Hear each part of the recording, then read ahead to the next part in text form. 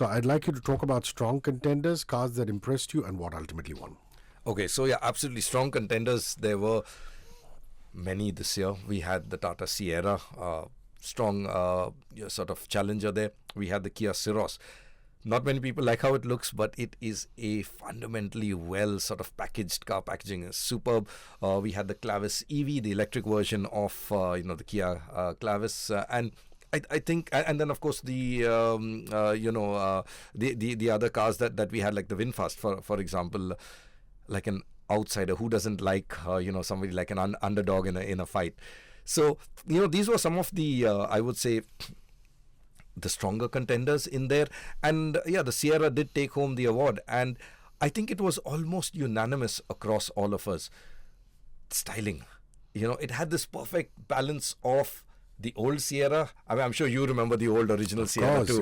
Which it had that sort of iconic wrap over glass, and you had the same thing done in design. Today you can't do that thanks to safety, and you need a strong structural cage and things like that. But they had the blackout portion, recreating that thing. They had a fatter B pillar, so a small little cues harking back to the original, but very modern design language as well. So it was a perfect balance for, I think, all of us there in terms of the style.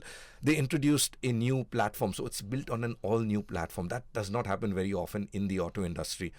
Very often you use old platforms and sort of just move ahead with that. This is almost a clean sheet of paper in every respect, because there's a new platform, a brand new engine, and it's being built at a new plant that Tata purchased from Ford. So everything new in there, and you can see they've thrown a lot at it, and it shows. The new engine is another thing that impressed us really well. The turbocharged engine, very refined and a very strong performer.